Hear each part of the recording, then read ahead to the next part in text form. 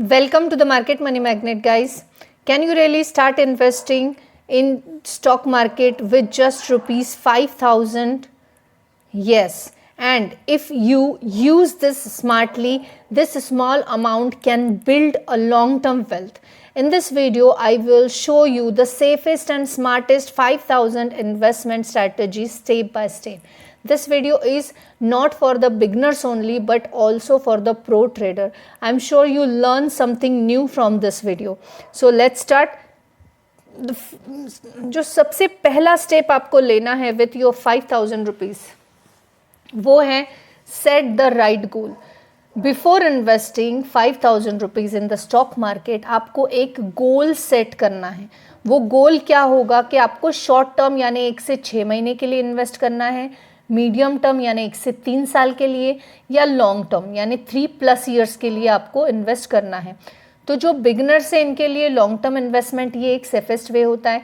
बाकी आप it's up to you कि आपको कितने टाइम के लिए स्टॉक मार्केट में इन्वेस्ट करना है. तो सबसे पहला काम आप करेंगे कि मैं अपना जो गोल है वो सेट करेंगे. उसके बाद सेकंड जो आपका स्टेप होना चाहिए वो है आइडियल एलोकेशन.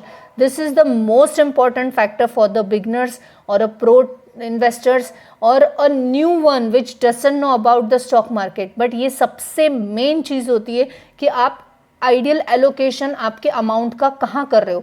सिर्फ 5,000 नहीं, चाहे 50,000 हो या 5 लाख हो. आइडियल एलोकेशन के बिना आप एक जो है वेल्थ क्रिएट करने में फेल ही रहेंगे. और जब आइडियल एलोकेशन करना है तो आपको सेफ और ग्रोथ स्ट्रैटेजी को जो है ये फॉलो करना है. अब वो क्या हो सकती है, तो इन्वेस्टमेंट का टाइप आपका कैसा है, कितना अमाउंट आपको कहाँ कहाँ इन्वेस्ट करना है, और आपका पर्पस क्या है इन्वेस्टमेंट के पीछे. अब ये इसका क्या मतलब है, तो जैसे कि एग्जाम्पल की अगर हम बात करें तो लार्ज कैप स्टॉक में आप 2,000 डाल देंगे, स्टेबिलिटी और इंडेक्स फंड में आप 1,500 डालेंगे, लो रिस्क और ग्रोथ मिड कैप स्टॉक्स में आप 1,000 रुपीज़ इन्वेस्ट करेंगे. ये चीज़ एक एग्जाम्पल है, सो फिर take it as a example. अब higher growth cash reserve 500 rupees opportunity buying की जैसे मिलेंगी उस हिसाब से. अब ये करने से क्या होगा, ये आइडियल एलोकेशन ऐसा होने से रिड्यूस हो जाएगा आपका रिस्क और ग्रोथ का पोटेंशियल बढ़ जाएगा. अगर आप किसी एक सेक्टर में जाने से बेहतर है कि आप इस तरह से एलोकेट करें. अब थर्ड स्टेप में आप क्या करेंगे, तो थर्ड स्टेप में कहाँ इन्वेस्ट करना है 5,000, आपके 5,000, 50,000, 5 लाख कुछ भी हो सकता है, ये आपको डिसाइड करना है. अब ये हम 3 स्टेप में डिसाइड करेंगे.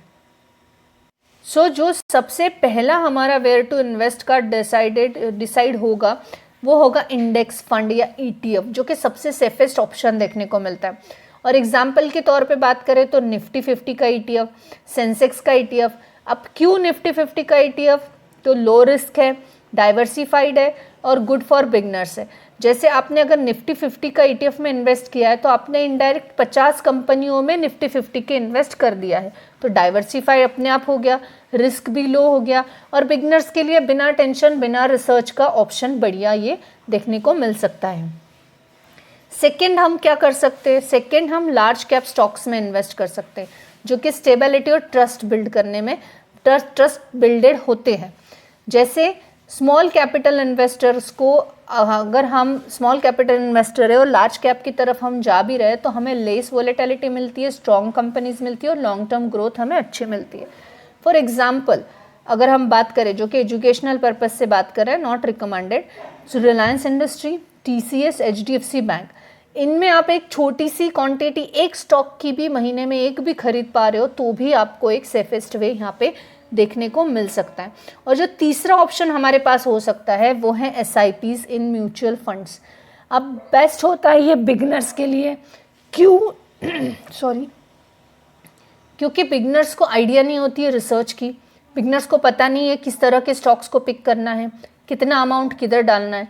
लेकिन म्यूचुअल फंड में ऑलरेडी फाइनेंस मैनेजर्स रहते हैं जो कि रिसर्च से लेके इन्वेस्टमेंट में एंट्री और एग्जिट भी डिसाइड करके बैठे होते हैं, तो हमें कोई टेंशन इस पर नहीं होता. इस वजह से जो बिगनर्स है ये म्यूचुअल फंड को भी कंसिडर कर सकते हैं. सपोज टू भी अगर आप 500 से 1,000 रुपये मंथली एसआईपी लगाते हो तो पावर, जो कंपाउंडिंग का पावर है, ये आपको बढ़िया देखने को मिलेगा। लो स्ट्रेस इन्वेस्टमेंट रहेगा, आइडियल तो बिगनर्स के लिए है ही। अगर हम बात करें तो Nifty 50 index fund, flexi cap या लार्ज कैप फंड, इस तरह के भी आप इन्वेस्टमेंट म्यूचुअल फंड्स में इन्वेस्ट कर सकते हो। अब आपका जो 4th स्टेप होगा, ये 3 स्टेप्स हमने देखे थे कि कहाँ इन्वेस्ट करना है, 5,000 या 50,000 या 5 लाख अमाउंट आप डिसाइड कर सकते हो। हम स्ट्रैटेजी देख रहे हैं। अब हम देखेंगे 4th नंबर कि आपके पैसों के साथ आपको क्या नहीं करना है, what not to do with 5,000 rupees in stock market. सबसे पहले तो इंट्राडे आपको अवॉइड करना है। हाई रिस्क वाला इंट्राडे होता है तो डेफिनेटली बिना एक्सपीरियंस और बिना टीचिंग के या लर्निंग के आपको इंट्राडे की तरफ जाना नहीं है। पेनी स्टॉक्स को अवॉइड करना है। हाईली वोलेटाइल, सुबह ले लो शाम तक भी क्रैश, या हो सकता है चले तो चांद तक, नहीं तो शाम तक। अब टिप्स और टेलीग्राम कॉल्स जो होते हैं इनको स्ट्रिक्टली अवॉइड करना है, क्योंकि इसकी कोई भी गारंटी या शाश्वती नहीं होती कि ये कितने अच्छे हैं। तो ऐसे किसी भी कॉल्स पे, किसी भी रिकमेंडेशन पे, किसी भी वीडियो के टिप्स पे नहीं जाना है। और 5,000 पूरे के पूरे एक स्टॉक में या एक सेक्टर में इन्वेस्ट नहीं करना है। हम यहाँ पे 5,000 की बात कर रहे हो, अमाउंट आप चेंज भी कर सकते हो, आपका जो कंसिडरेबल अमाउंट है उसको लेके। ऐसा नहीं कि सिर्फ 5,000 के लिए स्ट्रैटेजी काम आएगी, 50,000 भी आप इन्वेस्ट करना चाहते हो तो भी आएगी, अगर 5 लाख भी इन्वेस्ट करना चाहते हो तो भी ये स्ट्रैटेजी आपको जो काम आने ही वाली है। तो एक अमाउंट, आपका जो भी अमाउंट है वो किसी एक स्टॉक में या एक सेक्टर में कभी नहीं डालना चाहिए। अगर वो सेक्टर खराब परफॉर्म कर रहा है तो आपका पूरा पोर्टफोलियो बर्बाद हो सकता है। अगर वो स्टॉक खराब परफॉर्म करेगा तो आपका पूरा पोर्टफोलियो पे इफेक्ट होगा, पैनिक सिचुएशन क्रिएट होगी और एग्जिट करना पड़ जाएगा। इसीलिए कभी भी डाइवर्सिफाई रखिए। कितना भी अमाउंट आप इन्वेस्ट कर रहे हो, अलग अलग सेक्टर्स में, अलग अलग ऑप्शंस में डालिए। अब हमारा जो 5th स्टेप होगा वो होगा लॉन्ग टर्म ग्रोथ कैलकुलेशन, यानी पावर ऑफ कंपाउंडिंग हम देखेंगे किस तरह से होता है लॉन्ग टर्म के लिए, not a short term, not a medium term. Suppose to be 5,000 rupees आपने इन्वेस्ट किए हैं, वो 12% से एनुअली ग्रो कर रहा है। एनुअली आपको 12% 5,000 पे मिल रहा है, यानी 600 रुपीज़ करीबन रफली आपको एनुअली 5,000 पे मिल रहा है।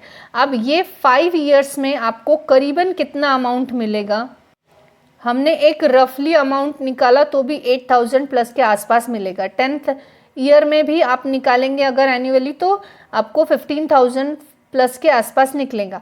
अब अगर आप मंथली एसआईपी कर रहे हो जो कि मच हायर वेल्थ क्रिएट कर सकता है, is equal to much higher wealth, तो स्मॉल कैपिटल के साथ कंसिस्टेंसी और है तो ही आप एक अच्छा बिग जो है वेल्थ क्रिएट कर सकते हो।